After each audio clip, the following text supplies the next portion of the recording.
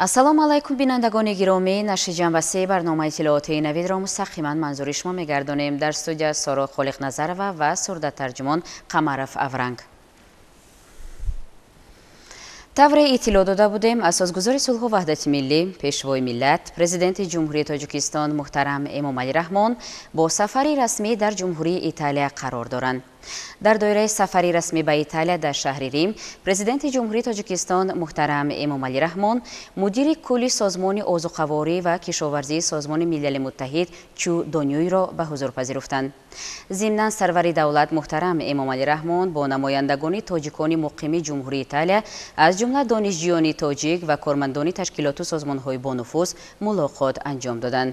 ҷузъиёти бештар дар гузориши ҳамкасбони мо аз хадамоти матбуоти президенти ҷумҳурии Тоҷикистон.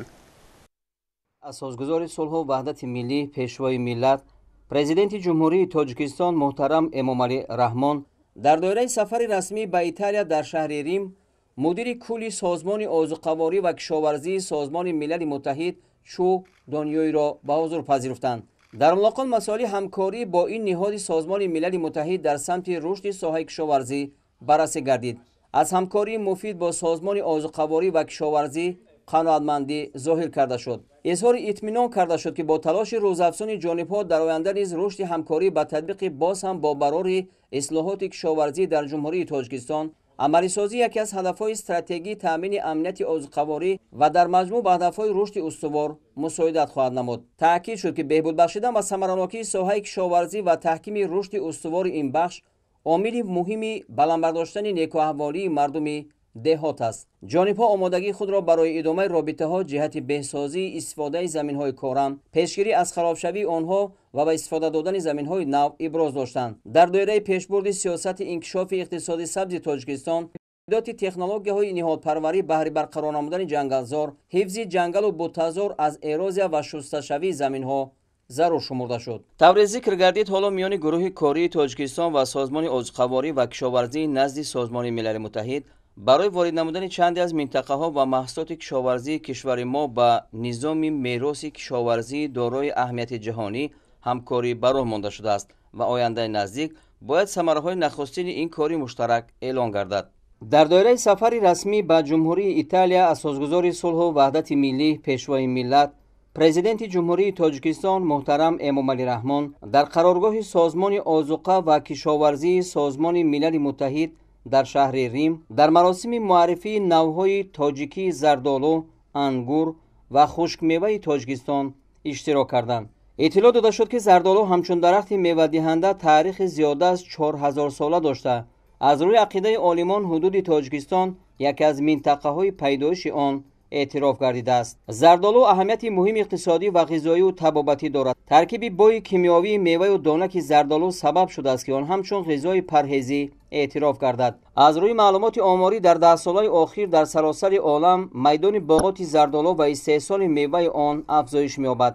шароиту иқлими минтақаҳои Тоҷикистон барои парвариши зардолу мутобиқ аст. дар Тоҷикистон 64 000 гектар боғоти зардолу бунёд гардидааст ки аз он 50 000 гектарашро боғҳои ҳосилдиҳанда ташкил медиҳад. зимни муаррифии дарахти зардолу ва меваҳои тару хушки он иттилоъ дода шуд ки ҳамасола ҷумҳурӣ то 90 000 тонна хушкмева содирот менамояд ки бештари онро меваи хушки зардолу ташкил медиҳад. ҳамин тавр Тоҷикистон дар қатори давлатҳои асосии истеҳсолкунандаи зардолу меистад. бояд гуфт ки танҳо дар 3 моҳи аввали соли 2024 аз Тоҷикистон бори аввал ба ҷумҳурии Италия 66 тонна зардолуи хушк содир шудааст. таъкид гардид ки ҳукумати ҷумҳурии Тоҷикистон бо Созмони озуқа ва кишоварзии Созмони Милали Муттаҳид ҳамкории пурсамар дорад. дар натиҷаи робитаи судманд якчанд навъҳои зардолу ба кишвари мо ворид гардидааст. дар охири маросим ба хотири таҳкими ҳамкорӣ ба роҳбарияти Созмони озуқа ва кишоварзии Созмони Милали Муттаҳид намунаҳо аз ниҳолҳои навъҳои гуногуни зардолу ва ангури тоҷикӣ тақдим карда шуд. дар доираи сафари расмӣ ба ҷумҳурии Италия, асосгузори сулҳу ваҳдати миллӣ, пешвои миллат, президенти ҷумҳурии Тоҷикистон муҳтарам Эмомалӣ Раҳмон дар шаҳри Рим бо намояндагони тоҷикони муқими ҷумҳурии Италия, аз ҷумла донишҷӯёни тоҷик ва кормандони ташкилоту созмонҳои бонуфуз воқеъ дар ин кишвар мулоқоти самимӣ доир карданд. зимни вохӯрӣ сарвари давлат муҳтарам Эмомалӣ Раҳмон нахуст аз ҳолу аҳвол, шароити таҳсил ва корашон пурсон шуданд. президенти кишвар доирбадастгирӣ ва ғамхориҳои рӯзафзуни ҳукумати ҷумҳурии Тоҷикистон барои беҳсозии шароити будубоши ҳамдоррони барунмарзӣ, бахусус ҷавонон ки ба омӯзиши илму ҳунар дар хориҷи кишвар машғуланд, андешаҳои ҷолиб баён карданд. пешвои миллат муҳтарам Эмомалӣ Раҳмон донистани забонҳои хориҷӣ ва аз худ кардани нозукиҳои техникаву технологияи муосирро амри зарурӣ номиданд. таъкид гардид ки дар доираи сиёсати хориҷии ҳукумати кишвар ва ҳамкорӣ бо кулли ҷаҳон ҳамасола барои идомаи таҳсили ҷавонон квотаҳо ва барои муҳоҷирони корӣ санадҳои муҳими танзимкунандаи будубоши онҳо таҳия ва қабул мегардад. дар рафти мулоқот президенти ҷумҳурии Тоҷикистон муҳтарам Эмомалӣ Раҳмон ҳамчунин оид ба вазъи мураккаб ва зудтағйирёбандаи ҷаҳонӣ андешаронӣ карда ҷавононро ба ҳушёрию зиракӣ ва дӯстдоштани ватан даъват намуданд.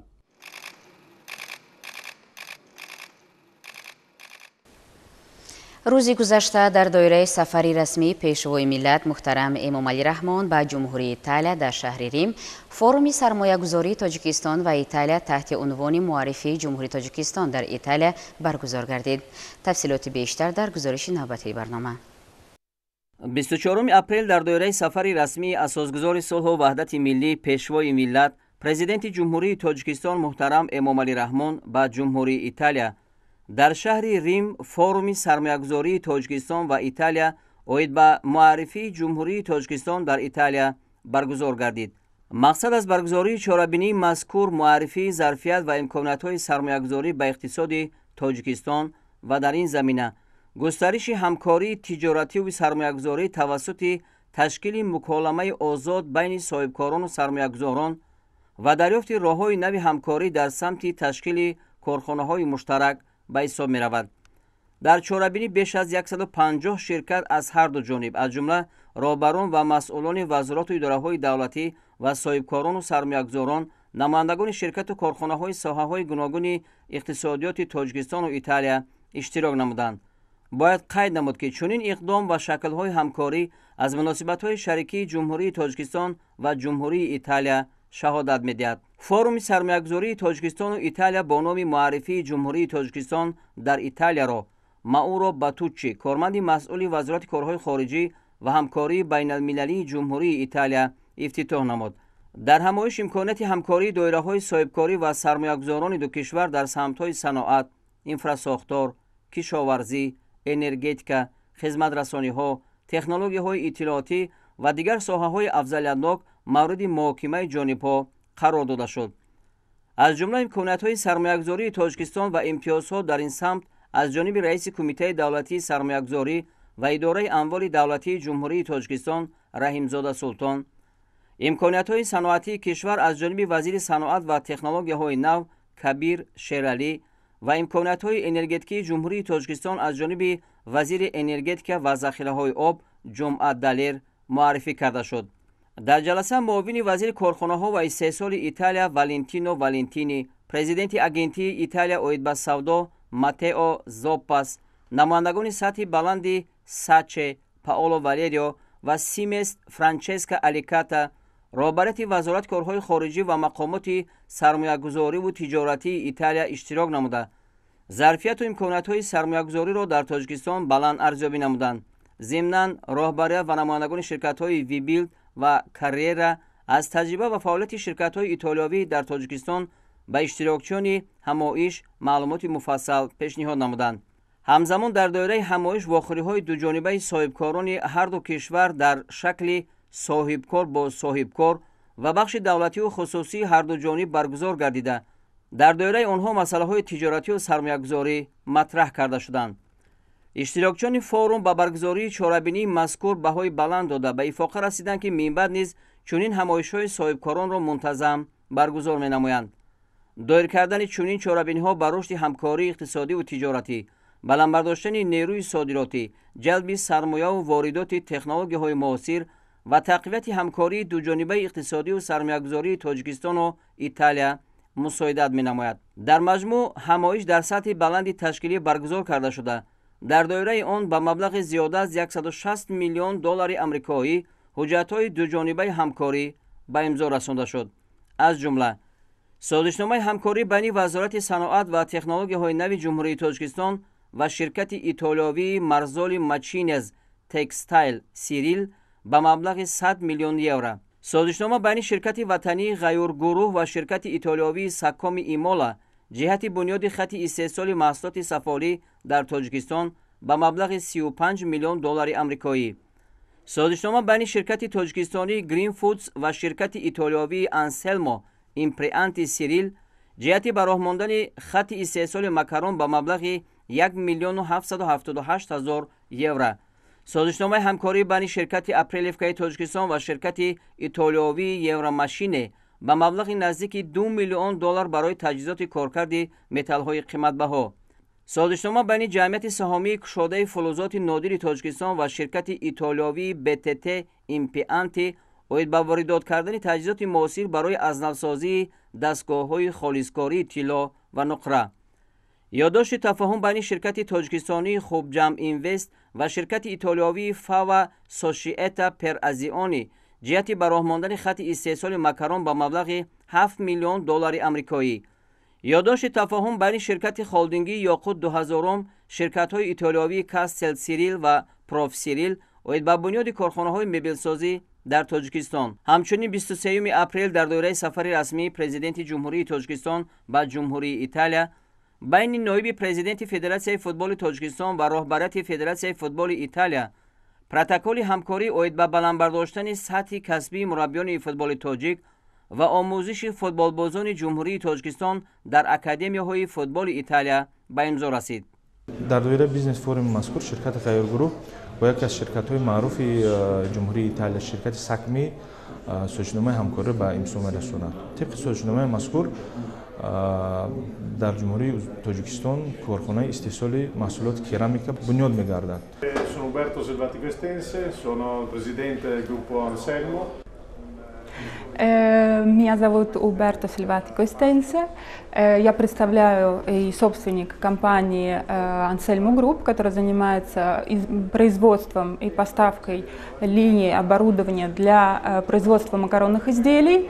Здесь в рамках данного форума мы заключили соглашение с нашим партнером компанией Grand Foods, с господином Ильхом Джоном, и наша компания поставит в сентябре линию для производства для нарезанных макаронных изделий 1,5 тонны, которую мы планируем запустить в этом году.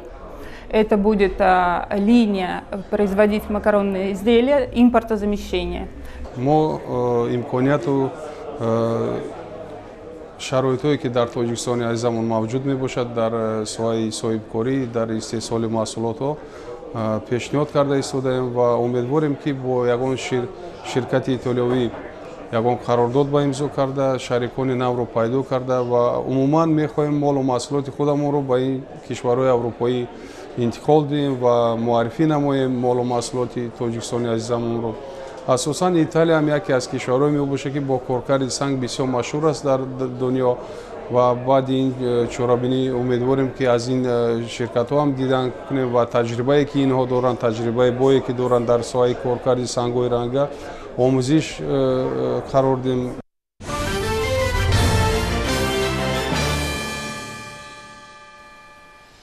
با تشبوسی نوبتی اساسگذاری صلح و وحدت ملی پیشوای ملت پرزیدنت جمهوری تاجیکستان محترم امامعلی رحمان امروز 47 نفر زنان و کودکان از جمهوری عربی سوریه به وطن برگردانیده شدند. باید قید کرد که این گروهی چهارمی شهروندان جمهوری تاجیکستان است که با دستوری به واسطه پیشوای ملت محترم امامعلی رحمان به مملکت برگردانیده می شوند. تفصیلات بیشتر در گزارش نوبتی. با تشبوس نوبتی اساسگذار صلح و وحدت ملی پیشوای ملت پرزیدنت جمهوری تاجیکستان محترم امامعلی رحمان 25 اپریل سال 2024 گروه چهارم شهروندان جمهوری تاجیکستان با تعداد 47 نفر از 13 عائله زنان و کودکان از جمله 15 زن، 17 دختر، 15 پسر توسط هواپیمای مخصوص از جمهوری عربی سوریه به وطن برگردانیده شدند. شخصان برگردانیده شده را در فرودگاه بین المللی دوشنبه معاون سروزیر جمهوری تاجیکستان منصوری دلربا و راهبران وزارت و اداره‌های دخلدار مملکت пешвоз гирифтанд. дар натиҷаи амалисозии тадбирҳои мушаххас давоми солҳои 2019-2023 дар се марҳила зиёда аз 300 нафар занону кӯдакони тоҷик аз ҷумҳурии ироқ ва ҷумҳурии арабии сурия ба ватан баргардонида шуданд. истиқлолу озодӣ, осудагӣ ва ватан барои ҳар як нафар беҳтарин неъмат ба ҳисоб меравад. аз ин лиҳоз ба қадри дастовардҳои истиқлоли давлатӣ расидан ва ҳифзи он шарти асосӣ барои доштани зиндагии пурсаодат ба ҳисоб меравад. منتظر بودیم تاجیکستان بیایم بگیرن برامون. تشکر به جناب عالی مثلا بردن آوردن ما را عفو کردن. حالا خرسند هستیم که ما به وطن برگشتیم. боиси тазаккур аст ки таҷрибаи тоҷикистон оид ба баргардондани шаҳрвандони кишвар аз минтақаҳои ҷангзада ва кор бо онҳо ҳамчун таҷрибаи мусбат шинохта шудааст. супориши роҳбарияти олии кишварамон буд ки ҳамаи шаҳрвандони тоҷикистон бояд баргарданд. ин иқдоме ки ягон кишвар надорад.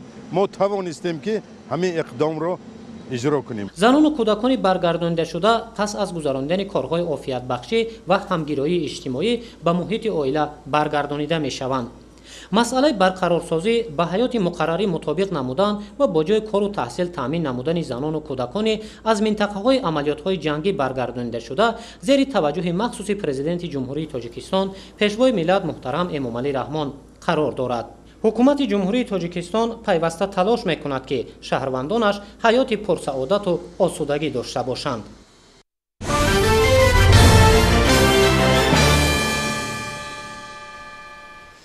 имрӯз дар шаҳри душанбе анҷумани саратоншиносон ва радиологҳои давлатҳои иттиҳоди давлатҳои мустақил ва авроосиё баргузор гардид. дар кори ин ҳамоиши сатҳи баланд ки бо ширкати муовини сарвазири мамлакат дилрабо мансурӣ ва коршиносону таҳлилгарони ин бахш аз аксар давлатҳои ҷаҳон сурат гирифт, проблемаҳои соҳаи саратоншиносӣ дар мамлакатҳои иттиҳоди давлатҳои мустақил ва дигар кишварҳои минтақа мавриди баррасӣ қарор дода шуд. ҳамкорони мо мавзӯъро идома медиҳанд.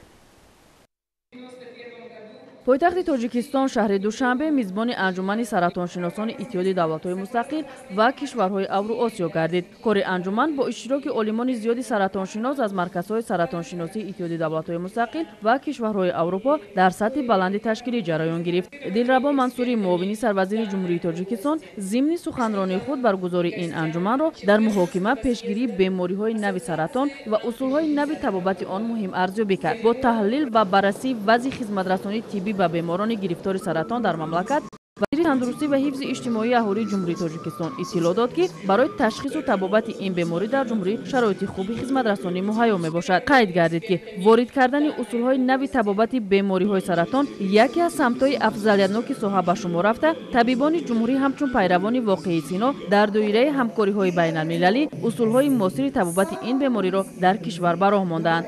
ин аст ки имрӯз зарурати ташхису табобати беморони саратон дар хориҷи кишвар ба пуррагӣ аз байн рафтааст.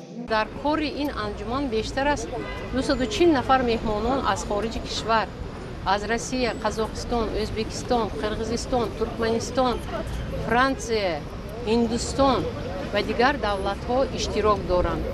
ва дар кори анҷуман якчанд сексияҳо ба мисоли пешгирии бемории саратон, дарёфти саривақтии бемории саратон, табобат ва ташхиси муосир имрӯз дар илм ва инчунин кӯмаки таскинии бемороне ки ба гирифтори саратон ҳастанд муҳокима мегарданд.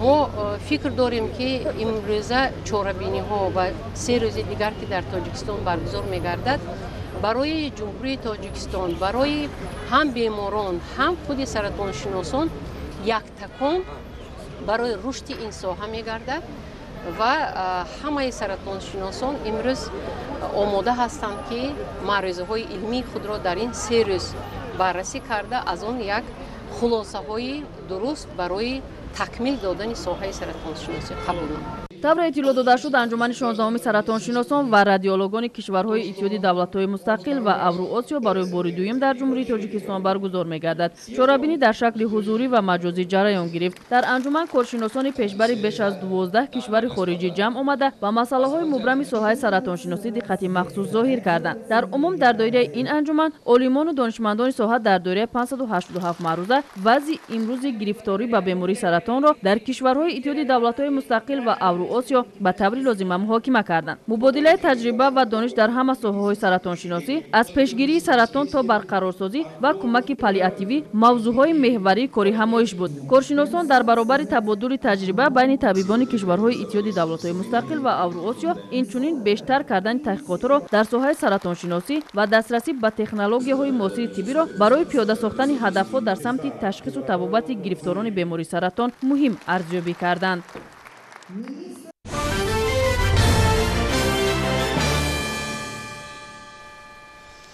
تحت سرپرستی پرزیدنت فدراسیون فوتبال تاجیکستان رئیس شهر دوشنبه محترم رستم امامعلی بازی‌های ملی ورزشی احیا گردیده در گوشه و کنار تاجیکستان با طرز و اسلوب‌های خاص ملی گذرانده می‌شوند. امروز در میدان 800 سالگی مسکو فستیوال بازی‌های ملی ورزشی و برنامه فرهنگی فراغت دایر گردید. در این چاره‌بینی همکاران ما نیز اشتراک داشتند و از رفت آن گزارش آماده کردند. توجه کنید. ба мушоҳида мерасад ки солҳои охир аз ҷониби ҳукумати ҷумҳурии тоҷикистон бо мақсади рушди соҳаи варзиш ва оммавӣ гардонидани намудҳои он тадбирҳои мушаххас амалӣ карда мешавад. дар ин росто кумитаи кор бо ҷавонон ва варзиши мамлакат ҳамчун татбиқкунандаи сиёсати давлатии ҷавонон дар ин самт ҳамеша даст ба кор аст ва барои рушду инкишофи риштаҳои гуногуни варзиш тадбирандешӣ мекунад. баргузории фестивали бозиҳои миллии варзишӣ таҳти унвони намудҳои миллии варзиш рукни асосии фарҳанги миллӣ ки таҳти сарпарастии президенти федератсияи футболи тоҷикистон муҳтарам рустами эмомалӣ баргузор мешавад, идомаи мантиқии тадбирҳои оммавигардонии варзиш дар кишвар аст. имсол низ фестивали бозиҳои миллӣ бо шаҳомат ва махсусиятҳои хоса таҷлил карда шуд. дар чорабинӣ ки қисмати тантанавии он дар майдони 800-солагии Москва доир шуд, муовини сарвазири мамлакат Дилрабо Мансурӣ, роҳбарияти кумитаи кор бо ҷавонон ва варзиш, зерсохторҳо, намояндагони вазорату идораҳо, ҷавонони фаъолу варзишгарони муваффақ, намояндагони корпусҳои дипломатии муқими Тоҷикистон ва дигар шахсони расмӣ иштирок намуданд. ҳозирин аз гӯшаҳои намоиши намудҳои варзиши миллӣ дидан карда рушд ва эҳёи варзиши тоҷикро аз иқдомҳои шоиста дар самти ташаккули тарзи ҳаёти солим маънидод намуданд. мақсад ва ташкилу роҳандозӣ намудани чорабинии мазкур пеш аз ҳама ба воситаи намоиши баргузории фестивали бозиҳои миллии варзишӣ муаррифӣ намудани давлат миллат дар арзаи байналмилалӣ маҳсуб меёбад ва таҷрибаи давлатҳои пешрафтаи дунё нишон дода истодааст ки миллатҳо бо нишон додани анҳамун унсурҳои хоси миллӣ таърих тамаддуни худро дар арзаи байналмилалӣ муаррифӣ менамоянд ва масъулини кумитаи кор бо ҷавонон ва варзиши назди ҳукумати ҷумҳурии тоҷикистон низ таҳти сарпарастии бевоситаи президенти федератсияи футболи тоҷикистон муҳтарам рустами эмомалӣ таи 8 сол аст ки фестивали бозиҳои миллии варзиширо дар тамоми манотиқи гӯшаву канори тоҷикистон бахшида ба ҷашнҳои умуми миллӣ ташкилу роҳандозӣ менамояд. баъди боздид аз намоиши намудҳои варзиши миллӣ дар қисмати идонаи чорабинӣ муовини сарвазири мамлакат баромад намуда таъкид дошт ки роҳандозии тадбири мазкур ҷиҳати эҳёи бозиҳои миллии варзишӣ ва ба ин васила муаррифӣ намудани фарҳангу тамаддун ва таърихи халқи тоҷик дар арсаи ҷаҳонӣ заминаи мусоид мегузорад. ҳамчунин тарҳи мазкур барои тарбияи насли наврасу ҷавон дар рӯҳияи худшиносиву худогоҳӣ ва эҳтиром гузоштан ба арзишҳои миллии ниёгон таъсиргузор буда шавқу завқи онҳоро барои ҷалб гардидан ба варзиш ва намудҳои он боз ҳам зиёдтар месозад. аз ин рӯ роҳандозӣ чунин ҳамоишҳои оммавӣ ба маврид ва муҳим буда масъулини кумитаи кор бо ҷавонон ва варзишро зарур аст ҷиҳати зиёд намудани ҳамин гуна тадбирҳои солимгардонӣ ҳамеша тадбирандешӣ намоянд. иброз гардид дар чорабинӣ барномаи фарҳангии диданӣ дар иҷрои ансамблҳои созиву овозӣ ва ҳунармандони саршиноси кишвар хотимабахши чорабинӣ буд.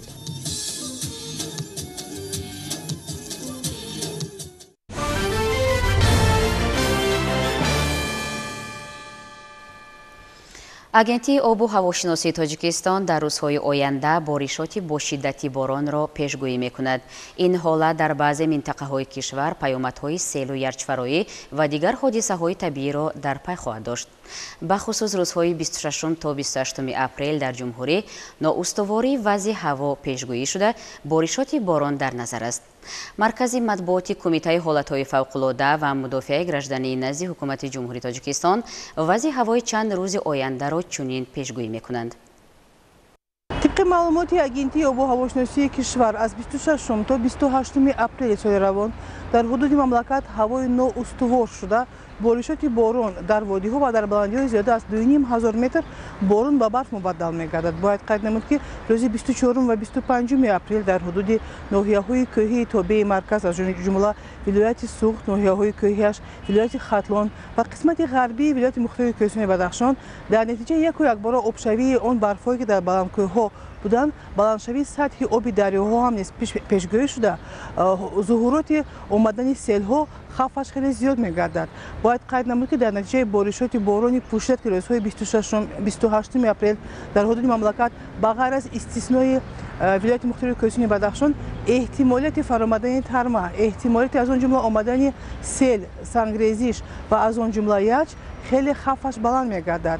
در از این باید قید نمود که در نتیجه باریدن باران‌های پوشیده احتمالیت رخ دادن حادثه‌های طبیعی از قبیل رعد و برق و از آن جمله ژالو خیلی زیاد می‌گردد و در این رابطه کمیته حالت‌های فوق‌العاده و مدافعه گردشدنی نزد حکومت جمهوری تاجیکستان جهت پیشگیری نمودن حادثه‌های ناخوش وابسته به تغییریابی باد و هوا و احتمالیت رخ دادن حادثه‌های طبیعی احترامانه از آن اهالی که در دامنه کوه و کوهسار زندگی می‌کنند با آنها می‌رساند که در این روز از روز 26 تا 28 اپریل از راه‌اندازی کارهای زیرین این هم باشد کارهای صحرایی برآوردن چراغ‌های خود به چراگاه‌های کوهی و از آن جمله مخصوصا ما مراجعت می‌کنیم برای جمع‌آوری آن زراعت‌هایی که در دامنه کوه‌ها و کوه‌ها هستند بلکه خودداری کنند.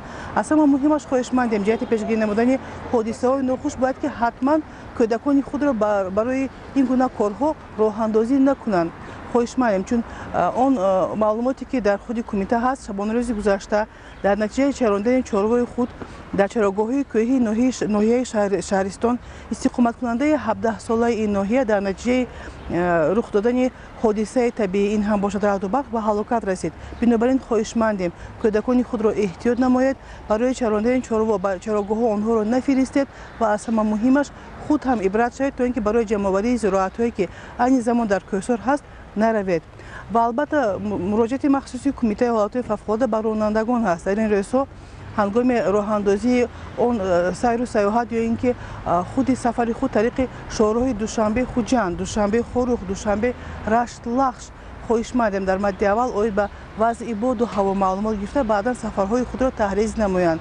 و بار دیگر تاکید می‌نمایم هنگام رخ دادن این یا آن حادثه با تغییریابی باد و هوا یا اینکه حادثه‌های تکنیکی هر یک شهروند امکانیت دارد به کمیته به رقم یگانه 112 یا به قسم نوبرداری کمیته به رقم 93 880 2819 در تماس باشند.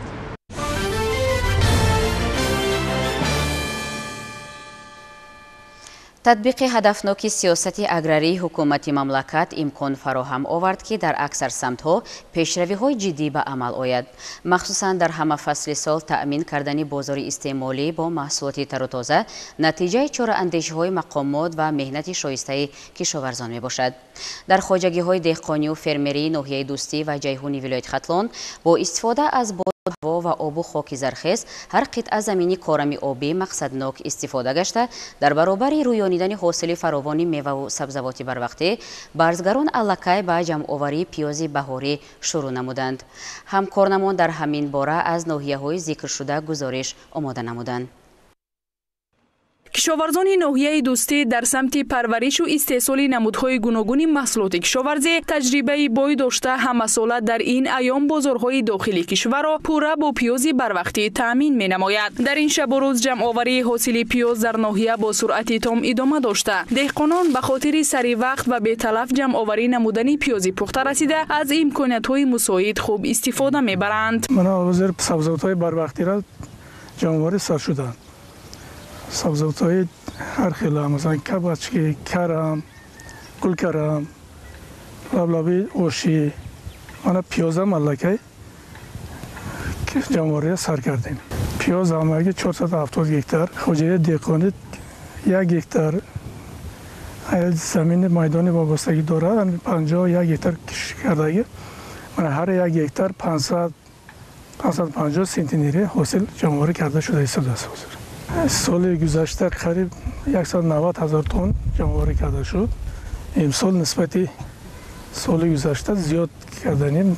айни замон дар хоҷагиҳои деҳқонии суҳбат ва файзободи ноҳия ки ҳудудан 4 гектарро ташкил мекунанд бо ҷалби бештари бонувони хоначин ҳосили пиёзро ҷамъоварӣ намуда истоданд. тавре мушоҳида мешавад дар мавсими ҷамъоварии пиёз дар хоҷагиҳои мазкур талабот ба нерӯи корӣ дучанд афзуда. дар баробари сокинони маҳаллӣ имрӯзҳо даҳҳо нафар иҷоракорони дигарро аз дигар ҷамоату деҳотҳо ба хотири зудтар ҷамъоварӣ намудани ҳосили пиёз ба иҷоракорӣ ҷалб менамоянд. Холисамо Халифаева аз зумраи чунин нафароне аст ки дар қатори дигар занони хонашин дар хоҷагиҳои деҳқонӣ ба кори музнок ҷалб гардидааст.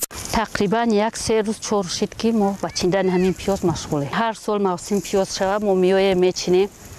ин пиёз чиндан барои дар зиндагӣ мо як ёрдам мешавад. мо ҳам соҳиби нон мешем, соҳиби як ҷои кор мешем. мо барои занони хонанишин, барои занони бекори деҳот ин як фоида аст, як даромади бурднок аст. рӯзи корӣ аслан 70-80 сомонӣ аст, аммо мавсими пиёзчинӣ ин ба чақонӣ мо вобаста аст. агар мо чанде пиёзро бисёр чинем, бисёр қоб кунем, ҳамон қадар пули мо бисёртар аст. ба хӯрок таъмин мекунанд. дар ин бригадаи мо 20-30 нафар ҳастем. нашъунамош бисёр хуб аст дар ин мавсим. ин пиёз ҳозир ба барвақтӣ расидааст ва мо ӯро ба барвақтарак сар кардем, барое ки ҳосилаш пеш аст. аслан дар хоҷагии пиёзкор нави сибира бисёртар мекорад, алдаба мекорад. ҳамин навъҳо бисёр ҳосилнокиш баланд. ҳамино интихобот карда, яъне тухми ба ола сифат ба сифат мекорад. ҳамзамон дар қатори кишоварзони ноҳияи дӯстӣ хоҷагидорони пешқадами ноҳияи ҷайҳун низ ҳосили фаровони пиёзи баҳориро аз заминҳои корами худ бо ҷалби сокинони маҳаллӣ ҷамъоварӣ намуда тасмим бар он доранд ки ҳарчи тезтар дар қитъаҳои холӣ гашта кишти дигар полезиҳоро роҳандозӣ намоянд то ин ки бозору дуконҳои ватаниро бо маҳсулоти тару тозаи худӣ таъмин карда бошанд. хоҷагии деҳқони хубонзе 4 гектар замин дорем. 4 гектар заминро ман ина дурни бо пиёзи барвақтӣ коридагим. 3 рӯз шид чинда истодем, ина сетка карда тайёр карда истодем барои бозор. 450 сентнери ҷамъоварӣ карда истодем. ҳосилноки нағз, ҳосилноки сифатош ҳамаш нағз. ҳамин пиёза кӯчат қатъи бо ҳосилноки анамин ҳозир ира 350-450 сентнери кунем.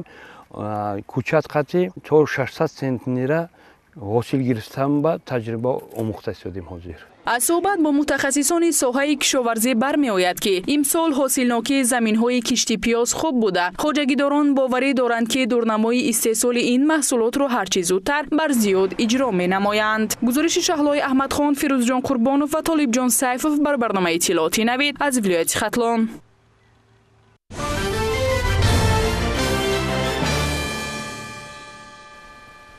васеъ намудани майдони парвариши пахта ҳамчун ашёи хуми стратегӣ дар мадди назари мақомоти дахлдор қарор дорад. хоҷагидорон ҳам бо рағбати том талош мекунанд ки кишти ин зироати техникиро дар муҳолатҳои оптималӣ бо сифати хуб анҷом диҳанд. дар хоҷагиҳои пахтакори шаҳри Турсунзода низ кишти пунбадона тибқи нақша ҷараён дорад. шарҳи бештар дар гузориши ҳамкори мо дар минтақа Бахтиёр Қодирзода.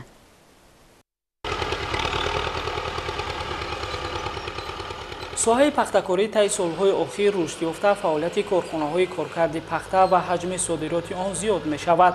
дар ҳамаи минтақаҳои кишвар ҷиҳати афзун гардонидани истеҳсоли пахта ва бо ашёи хом таъмин намудани корхонаҳои саноати сабук чораҳои амалӣ андешида мешавад. дар ин самт деҳқонони шаҳри Турсунзода низ аввалин донаҳои чигидро ба замин пошида ният доранд майдони кишти пунбадонаро зиёд намоянд.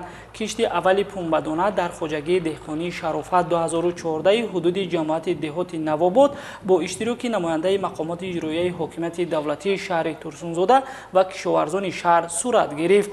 намояндаи мақомоти иҷроияи ҳокимияти давлатии шаҳри Турсунзода зимни суҳбат бо кишоварзон иброз дошт ки бо мақсади иҷрои дурнамо ва таъмини амнияти озуқаворӣ ҳар ваҷаб замин бояд самаранок истифода карда шавад ва хоҷагидорон парвариши зироатро бо шаклу усулҳои муосир ба роҳ монда бо гирифтани 2-3 ҳосил ҷиҳати таъмини сокинони шаҳр ва бозорҳои дигари мамлакат бо маҳсулоти хушсифати ватанӣ саҳмгузорӣ намоянд. хоҷаги деҳқони Шарофат 2014 3,5 гектар пахта кишкор кард садем, тухми нав флеш باقی ماندگی زمینام بود باغ داریم، انگور داریم، سیب داریم، یا 3 هکتار پیاز با سبزیجات داریم و اینجا 2 هکتار دیگه تربوز کشت میکنیم.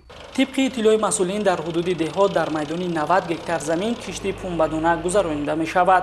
جماعت نوآباد دارای 1495 هکتار زمین آبی و 1086 هکتار زمین للمی بوده شماره خوجگی‌های دهقانی 400 عدد را تشکیل می‌دهد.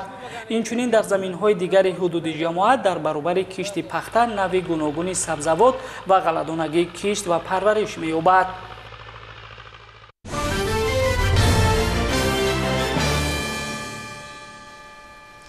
در شهر کولوب همایش گیرندگان استیپندیای پرزیدنتی برگزار گردید. در آن گیرندگان استیپندیای پرزیدنتی از حدود شهر و ناحیه‌های منطقه کولوب ولایت ختلون اشتراک نمودند. در همایش دستگیری‌های پیوسته دولت و حکومت، خصوصاً توجه خاصه اساسگزار صلح و وحدت ملی پیشوای ملت پرزیدنت جمهوری تاجیکستان محترم امامعلی رحمان نسبت به سیاست دولتی جوانان تاکید گردیده دایر به دستاوردهای این نسل آینده ساز در پیشرفت جامعه ابراز اندیشه کرده شد. جوانان همچون نیروی بزرگی سازنده و ایجادکار از جانب دولت و حکومت جمهوری تاجیکستان صاحب استقلال اعتراف می‌شوند. این است که تطبیق با ثمر سیاست دولتی جوانان از روزهای نخستین صاحب استقلالی در محور فعالیت حکومت کشور قرار گرفته است. با این مقصد در تالار دانشگاه دولتی کولوب به نام ابو عبدالله رودکی همایش تنتنوی گیرندگان استیپندیای پرزیدنتی تحت عنوان جوانان پیرو پیشوای ملت از شهر و ناحیه‌های منطقه کولوب برگزار گردید که در این همایش زیاده از 460 نفر گیرندگان استیپندیا شرکت ورزیدند. همایش مذکور با اشتراک رهبریت کمیته کار با جوانان و ورزش نزد حکومت جمهوری تاجیکستان، بخش کار با جوانان و ورزش منطقه کولوب، اینچنین مسئولین مقامات اجرایی حکومت دولتی شهر کولوب و مدیران بخش‌های کار با جوانان و ورزش شهر و ناحیه‌های منطقه تشکیل راه‌اندازی گردید. ضمن برآمد خود معروضاتچیان ابراز داشتند که طی سال‌های اخیر با تشبث نجیب پیشوای معظم ملت محترم امامعلی رحمان تعداد استیپندیا برای خوانندگان و دانشجویان بالایاقتی مؤسسه‌های تحصیلات میانه عمومی، ابتدایی و میانه کسبی جمهوری از 400 عدد به 3000 عدد رسانیده شد که از این مقدار بیش از 1200 عدد کواتا به شهر و ناحیه‌های ولایت ختلون رست می‌آید. با یادآوری از پیام نوبتی پرزیدنت جمهوری تاجیکستان محترم امامعلی رحمان تاکید شد که امسال نیز در برابر دیگر سمت‌های خوجگی مملکت همزمان استیپندیای خوانندگان بالایاقت جمهوری باز هم افزون کرده می‌شود که این همه از دستگیری‌های نوبتی و غمخوری‌های حکومت جمهوری تاجیکستان بهر نسل نورس ارزیابی می‌گردد. در شهر و نواحی منطقه کولوب ولایت ختلون چهاربینی همایش گیرندگان استیپندیای پرزیدنتی برگزار گشته ایستاده است و باید قید نمود که تعداد گیرندگان استیپندیای پرزیدنتی در شهر و نواحی منطقه کولوب ولایت ختلون 480 نفر را تشکیل می‌دهد و این گواهی می‌دهد که سهم جوانان ما، دانش جوانان ما و سعی و تلاش جوانان ما امسال در رشد علم و معارف در ساحه این یا آن ساحه گوناگون سهم جوانان ما نظر است ارزیابی کرده شده است. با تشبث اساسگزار صلح و وحدت ملی پیشوای ملت پرزیدنت جمهوری تاجیکستان محترم امامعلی رحمان تعداد گیرندگان استیپندیای پرزیدنتی در جمهوری تاجیکستان تعداد 3000 نفر را در بر می‌گیرد که این باعث خرسندی است. در ادامه همایش از جانب مسئولین کمیته کار با جوانان و ورزش نزد حکومت جمهوری تاجیکستان به یک زمره غالبان شهادتنامه گیرنده استیپندیای پرزیدنتی و مبلغ استیپندیا سپرده شد. گفتم با مورد است که در این روز بیش از 460 نفر گیرندگان استیپندیای پرزیدنتی از شهر و ناحیه‌های منطقه کولوب ولایت ختلون شرکت ورزیده و همه آنها مبلغ استیپندیای پرزیدنتی دسترس کرده شد. با اظهار سپاس و صمیمیت به دولت و حکومت و پیشوای معظم ملت محترم امامعلی رحمان یک قطار گیرندگان استیپندیا با سخن برآمده تاکید داشتند که مکتب را با بهای اعلی ختم می‌نمایند و برای شکوفایی و سرسبزی مهنی خود سهمگزار خواهند بود. شرافا مفروضه هستم، خواننده صنف 11 مؤسسه تحصیلات میانه عمومی رقم 1 ناحیه زیبا منظر و کوهستانی مومن‌آباد.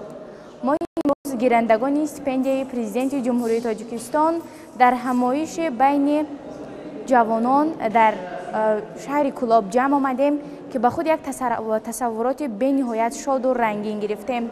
ما جوانان خوشحال از آن هستیم که چنین حکومت و دولت غمخوار داریم که ما جوانان را آینده ساز قشر جامعه می‌دانند و پیوسته به ما تکیه می‌سازند. و وعده می‌دهیم که به این همه باوری‌های اساسگذار صلح و وحدت ملی پیشوای معظم ملت نایل گردیده در آزمون‌ها و دانشگاه‌ها را با بهای خوب و علا ختم نموده همچون پیروان اصیل پیشوای ملت و خلق و وطن خویش صادقانه و صاف دلانه خدمت نماییم. در فرجام همایش باشد باری دیگر از هر یک اشتراکچی چورابینی تقاضا کرده شد که در علم‌آموزی و مخصوصاً آموزش فن‌های دقیق، دانستن زبان‌های خارجی و سهم گذاشتن در پیشرفت و شکوفایی تاجیکستان عزیز بی‌طرف نبوده، از هر روزه دیده بیشتر به کتابخانه و علم‌آموزی و مکتب و معارف رو آورند.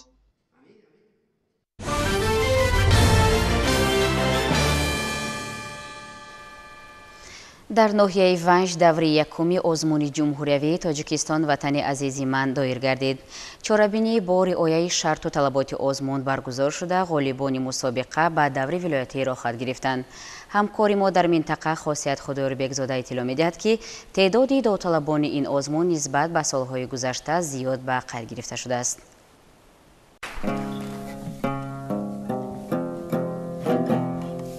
тоҷикистон ватани азизи ман озмунест ки таи солҳои баргузории худ дар умқи дили мардум ҷой гирифта дӯстдорону мухлисони худро дорад. дар қаламрави вилояти мухтори кӯҳистони бадахшон ин озмунро беҳад дӯст медоранд ва ҳамасола истеъдодҳои ҷавон ба он омодагии пурра дида баргузории онро бесаброна интизор ҳастанд. дар ин рӯзҳо баргузории даври аввали озмун дар шаҳру ноҳияҳои вилоят оғоз ёфтааст. чорабинии зебои озмунӣ дар маркази ноҳияи ванҷ доир карда شد.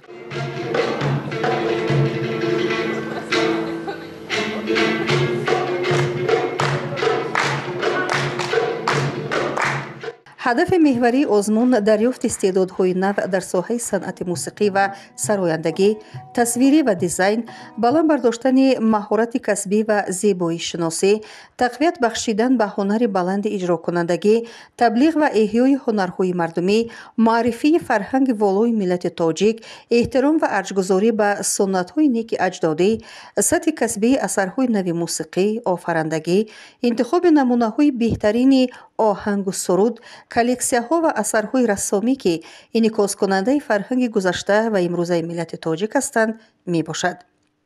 тибқи низомнома озмун аз рӯи номинатсияҳои оҳангсозӣ, бастакорӣ, сарояндагӣ, навозандагӣ, санъати тасвирӣ ва дизайн гузаронида мешавад. дар ноҳияи ванҷ аз рӯи 5 номинатсия беҳтарин истеъдодҳо маҳорати худро нишон доданд. аз рӯи низомнома дар 5 номинатсия асарҳои пешниҳод мегарданд ки дар мавзӯи зебоии табиати тоҷикистон, васфи ватану ватандӯстӣ, ғояҳои истиқлолу озодӣ, сулҳу субот, ваҳдату якпорчагии тоҷикистон, тараннуми симоҳои барҷастаи миллат, ҷашнҳои бузурги миллӣ аз қабили наврӯз, меҳргон, сада, мавзӯи об ҳамчун манбаи ҳаёт, ободӣ, эҳёи ҳунарҳои мардумӣ таълиф шуданд. ҳамаи иштирокдорони озмуни даври ноҳиявӣ дар ноҳияи ванҷ бо ифтихорномаҳо қадридонӣ шуда ғолибон ба даври вилоятӣ рохат гирифтанд.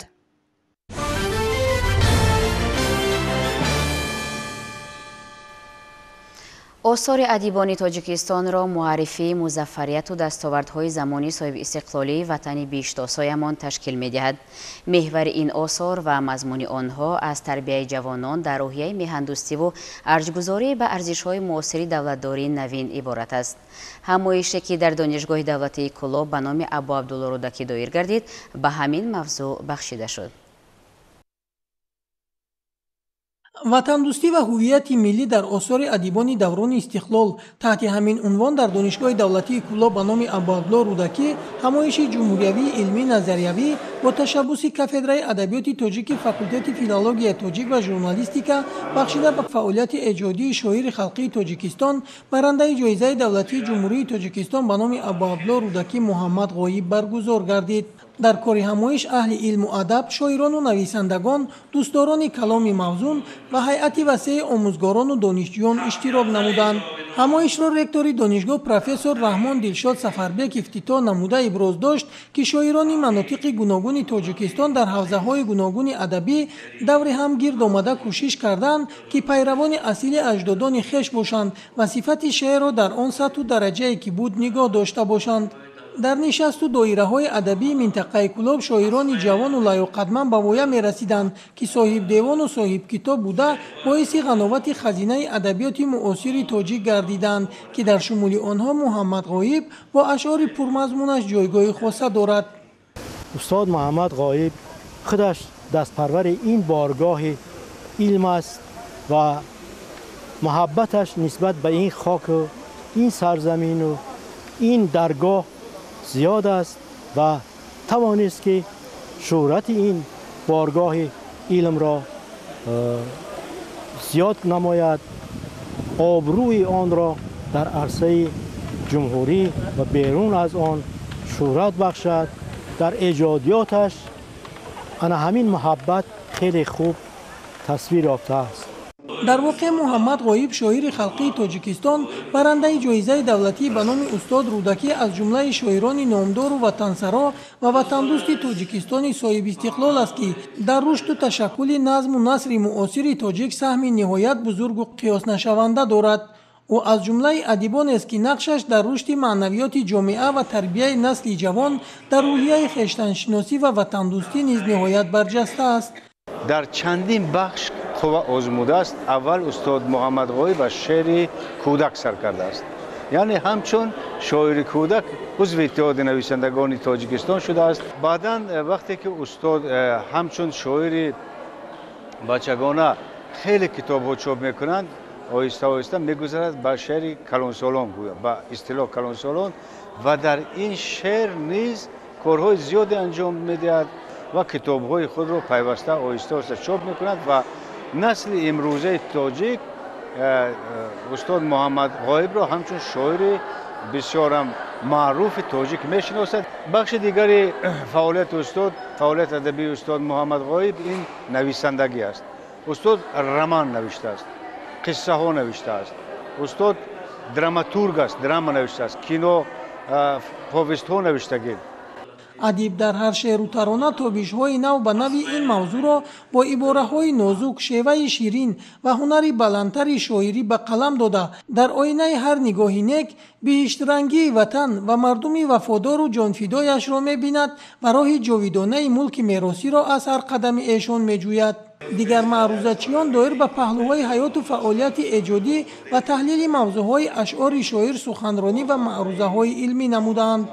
در ادامه شاعر شیرین کلام محمد غایب جهت تشکیل و برگزار نمودن چنین یک همایش علمی و فرهنگی سطح بلند منتداری صمیمی بیان نموده، ضمن سخنرانی از آوان جوانی و زمان دانش‌اندوزی و تحصیل در دانشگاه دولتی کولاب به نام ابوعبدالله رودکی یادآور شد.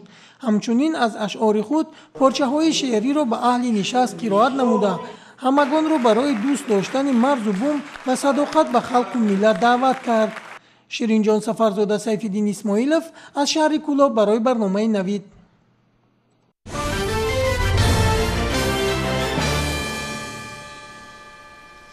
дар доираи чемпионати тоҷикистон байни дастаҳои лигаи якум тимҳои ҳолбоки ноҳияи восе ва сарҳадчии ноҳияи мирсаид алӣ ҳамадонӣ бо ҳам вохӯрданд. ҷузъиёти ин рақобатҳо дар гузориши ҳамкорони мо. чемпионати тоҷикистон байни дастаҳои лигаи якум низ оғоз гардид. дар даври аввали ин мусобиқот яке аз бозиҳои ҷолибу диданӣ барои мухлисону ҳаводорони футболи минтақаи Кӯлоб бо иштироки дастаи ҳулбуки ноҳияи восе ва сарҳадчии ноҳияи ҳамадонӣ баргузор шуд. дар расми ифтитоҳи мавсими нави футбол барои дастаҳои лигаи якум роҳбарияти мақомоти иҷроияи ҳокимияти давлатии ноҳияи восе ва дигар шахсони расмӣ ширкат намуда ба дастаҳо барои ноил шудан ба муваффақиятҳои варзишӣ барору комёбӣ таманно карданд. бо садо додани суруди миллии ҷумҳурии тоҷикистон сарбони дастаҳо парчами давлатиро баланд бардоштанд, ки ин бори дигар аз расман оғоз шудани мавсими нави футбол дарак медод. бояд гуфт, ки аз дақиқаҳои аввали майдондорӣ ҳар ду даста барои рахна намудани хатти дарвозаи рақиб талош меварзиданд. ҳарчанд ҳолатҳои голзанӣ дар назди дарвозаи ҳар ду даста борҳо ба вуқӯъ пайваста бошад ҳам, вале то нимаи аввали майдондорӣ ҳисоби бозӣ тағйир наёфт. дар идомаи қисмати аввали майдондорӣ бошад дар яке аз ҳуҷумҳои дастаи ҳулбук ҳамлавари соҳибони майдон тӯбро аз болои сари ҳимоятгари меҳмонон мегузаронид ки баъди як расиш довари марказӣ ҳолати бо даст бозӣ карданро ба қайд гирифта ба дарвозаи сарҳачӣ зарбаи 11 метра ё худ пеналти таъин намуд. ҳарчанд баҳсҳо оид ба ин ҳолат дар майдон хеле зиёд буд, вале довари марказӣ тасмими худро дигар накард. футболбози бо таҷрибаи дастаи ҳулбуки ноҳияи восеъ Ҳасан Рустамов тавонист ки ҳолати мазкурро ба гол анҷом дода, дастаи ҳулбукро дар ҳисоби бозӣ 1-0 ба пеш барорад. дар идомаи нимаи аввали бозӣ низ ҳар ду даста борҳо талош варзиданд ки ҳисоби бозиро тағйир диҳанд, вале қисмати якуми майдондорӣ бо ҳисоби 1-0 бар нафъи дастаи ҳулбук ба анҷом расида дастаҳо ба танаффус баромаданд. қисмати дуюми бозӣ низ басҳо ҷолибу хотирмон ҷараён гирифта, бо ҳамлаҳои тарафайн идома меёфт. ситоди мураббиёни дастаҳо аз футболбозони эҳтиётӣ низ истифода намуда, боз ҳам бозиро ҷолибтар намуданд. ҳарчанд имкониятҳо хеле зиёд буданд, вале дар ин қисмати бозӣ ягон даста ба задани гол даст наёфта, бо ҳамин дидори мазкур ба анҷом расид. дастаи ҳулбуки ноҳияи восеъ дар дидори имрӯза ба аввалин пирӯзӣ сарфароз шуда, дастаи сарҳачии ноҳияи Мир Саид Алӣ Ҳамадонӣ бошад, нахустин бозии сафарии худро бо бохт анҷом дод. акнун дар даври навбатӣ дастаи ҳулбук дар сафар бо дастаи сардори шаҳри Турсунзода майдондорӣ мекунад. дастаи сарҳачӣ бошад дар майдони худ дастаи Исфараи шаҳри Исфараро қабул менамояд.